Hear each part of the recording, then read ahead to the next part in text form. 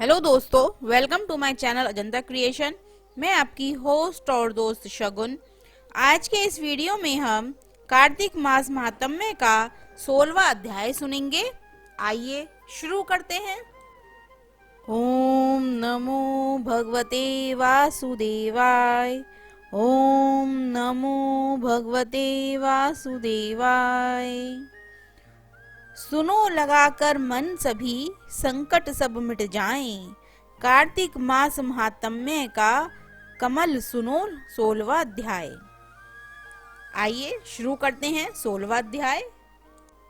राजा पृथु ने कहा, हे नारद जी, ये तो आपने भगवान शिव जी की बड़ी विचित्र कथा सुनाई है। अब कृपा करके आप यह भी बताइए कि उस समय राहु उस पुरुष से छुटकर कहाँ गया। नारद जी बोले, उससे छुटने पर वह दूत बर्बर नामक से विख्यात हो गया और अपना नया जन्म पाकर वह धीरे धीरे जलंधर के पास गया। वहां जाकर उसने शंकर की सब चेष्टा कही। उसे सुनकर दैत्यराज ने सब दैत्यों को सेना द्वारा आज्ञा दी। काल नेमी और शुंभ निशुंभ आदि सभी महाबली दैत्य तैयार होने लगे। एक से एक महाबली दैत्य करोड़ों करोड़ों की संख्याओं में निकल युद्ध के लिए जुट पड़े। महाप्रतापी सिंधु पुत्र शिवजी से युद्ध करने के लिए निकल पड़ा। आकाश में मेघ छा गए और बहुत अपशकुन होने लगे। शुक्राचार्य और कटे सिर वाला राहु सामने आ गए। उसी समय जलंधर का मुकुट खिसक गया, परंतु वह नहीं रुका।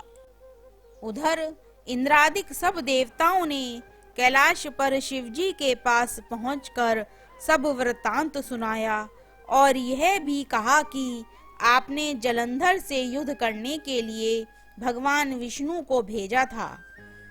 वह उसके वशव्रती हो गए हैं और विष्णु जी लक्ष्मी सहित जलंधर के अधीन हो उनके घर में निवास करते हैं। अब देवताओं को भी वहीं रहना पड़ता है। अब वह बलि सागर पुत्र आपसे युद्ध करने आ रहा है, अतएव आप उसे मारकर हम सबकी रक्षा कीजिए।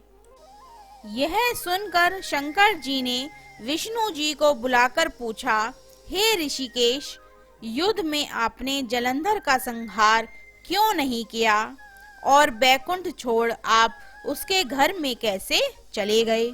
यह सुनकर विष्णु जी ने हाथ जोड़कर नम्रता पूर्वक भगवान शंकर से कहा, उसे आपका अंशी और लक्ष्मी का भ्राता होने के कारण ही मैंने नहीं मारा है।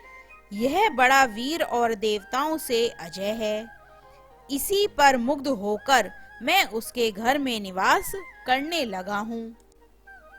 विष्णु जी के इन वचनों को सुनकर शंकर जी हंस पड़े और उन्होंने कहा, हे विष्णु, आप यह क्या कहते हैं।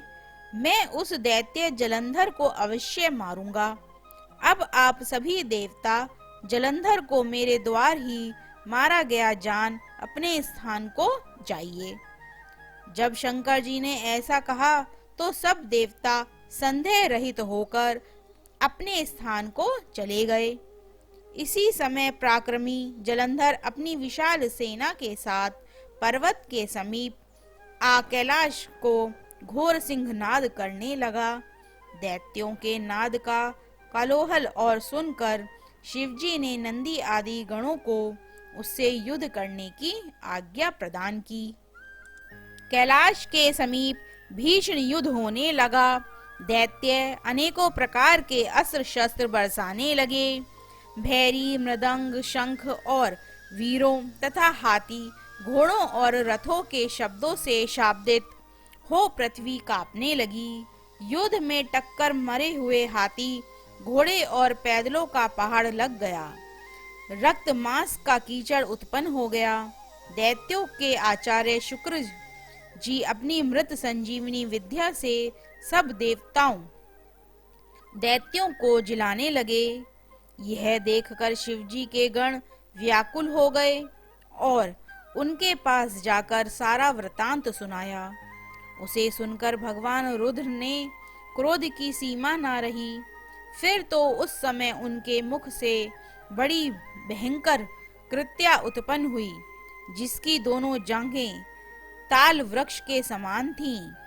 वह युद्ध भूमि में जा सब असुरों का चर्वण करने लगी और फिर वह शुक्राचार्य के समीप पहुंची और शीघ्र ही अपनी योनि में गुप्त कर लिया। फिर स्वयं भी अंतर्ध्यान हो गई। शुक्राचार्य के गुप्त हो जाने से दैत्यों का मुख मलिन पड़ गया और वह युद्ध भूमि को छोड़ भागे। इस पर शुंभ निशुंभ और काल नेमी आदि सेनापतियों ने अपने भागते हुए वीरों को रोका। शिवजी ने नंदी आदि गणों ने भी, जिसमें गणेश और स्वामी कार्तिकेय जी भी थे, दैत्यों से भीषण युद्ध करना आरंभ कर दिया।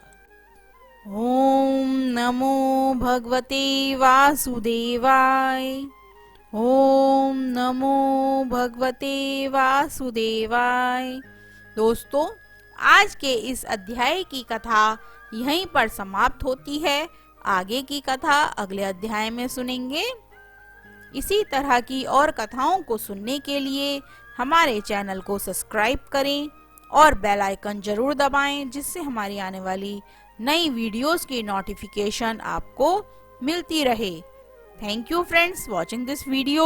Do not forget to like, share and subscribe.